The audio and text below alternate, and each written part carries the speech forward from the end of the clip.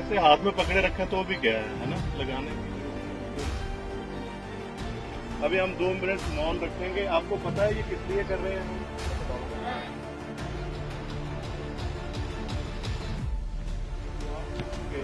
तो सिर्फ बोलने में बात सकती नहीं। हम जो यहाँ पे माँ बाप हैं उनको बताना चाहता हूँ कि अपने बेटों को बताइए, बेटी को मत बताइए कि बेटा रात को घर जाना, कोई छेड़ता है तो चुप रहना है, चुपचाप नजर से वापिस आना है। नहीं, आप बेटे को बताओ कि आपने घर बाहर जब निकल रहे हो तो हर लड़की को बहन की नजर से। आप बेटे को बताओ कि ये गलत है। वो बेटा 4 बजे तक घर नहीं वापस आ रहा दोपहर को कॉलेज से, तो उसको पूछो कहाँ ये सारी पाबंदियां लगा रखते हैं।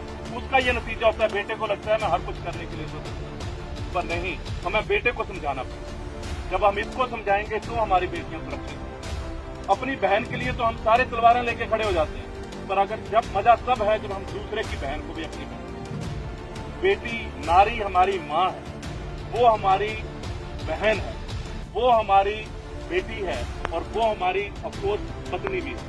पर उसको हम सिर्फ और सिर्फ एक ही नजर से देखो कि नहीं इसमें तो ये करना नहीं देना है, ये करने नहीं देना है, और हर तरह का उस पर ज्यादती वाला रखो और हर वक्त दोषी भी उसी को ठहराओ।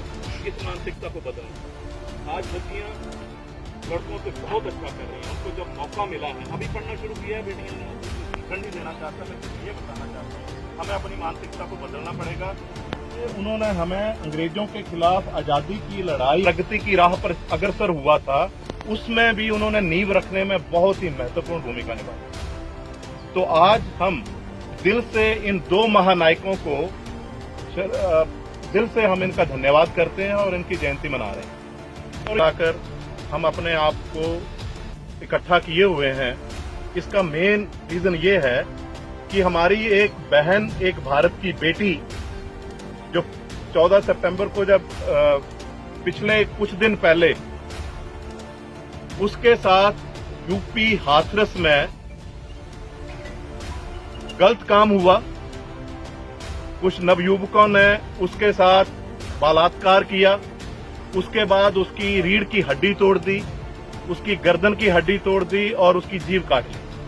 और उसके बाद वो बेचारी थोड़े दिनों के बाद डॉक्टरी इलाज के दौरान अपने आप को सर्वाइव नहीं कर पाई। आज पूरा देश इस तरह की हैवानियत से दुखी। आज हम इस कैंडल मार्च जो हमने किया 1 किलोमीटर का देकर, हम उनकी आत्मा के लिए, शांति के लिए एक तो खड़े हैं, और दूसरा हम भगवान से भी और हमारी सरकार से भी ये निवेदन कर रहे हैं कि कृपा करके उस बच्ची को न्याय मिलना चाहिए। यहाँ पे जो लोग खड़े हैं, मैंने इस 18 से 20 साल वाले बच्चों को, लड़के और लड़कियों को क्यों चुना इसके लिए, ये वो एज थी, उस बच्ची की उम्र 19 साल थी सर। ये जो हमारी बेटियां खड़ी हैं ये उस उम्र की थी जिस उम्र में बच्ची ने अभी जिंदगी को देखा ही नहीं है।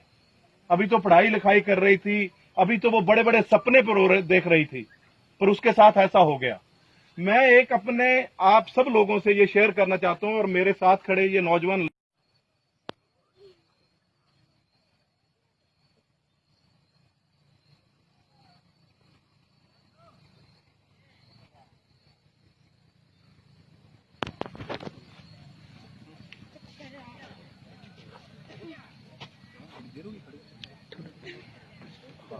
कोशिश कीजिए जैसे दिवाली में रखते हैं वो बच्चे वैसे लगा दीजिए। अगर बाकी ग्राउंड में इधर लगा दो सारी, जहाँ जहाँ जगह मिलती है ना बेटा,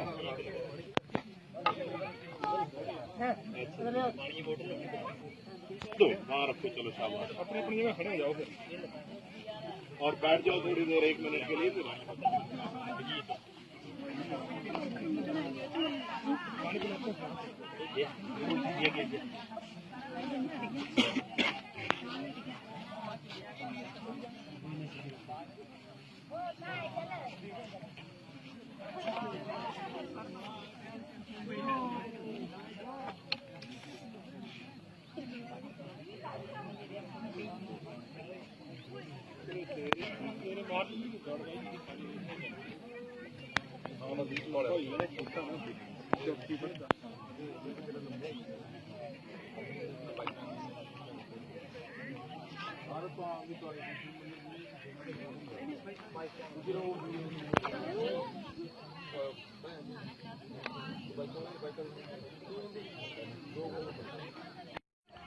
आज हमने निनाद एकेडमी बगलामुखी बनखंड की ओर से यहाँ के जो बच्चे हैं उन्होंने कैंडल मार्च निकाला था और हम यहाँ पर करीब 1-1.5 किलोमीटर चल के आए हैं। जो हाथरस में हमारी एक बेटी के साथ हैवानियत हुई है उसकी आत्मा की शांति के लिए, और हम ये सरकार से और भगवान से भी ये निवेदन कर रहे हैं कि इस बच्चे को जल्दी से जल्दी जो है वो न्याय मिलना चाहिए।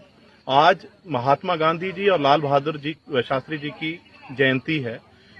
वो ऐसे शख्स थे जिन्होंने आजादी की लड़ाई के बाद हमारे देश को भी आजादी दिलाने के बाद देश को कैसे आगे लेके चलना है उसकी नींव रखी थी। महात्मा गांधी जी कहते थे कि जब तक हमारे देश की महिला रात को अंधेरे में अकेली अपने आप सुरक्षित महसूस करेगी तब हमें असली आजादी मिलेगी।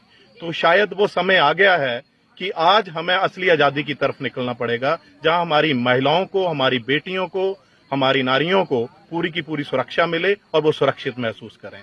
जरूरत है बच्चों को, लड़कों को बताने की कि बेटा क्या नहीं करना है।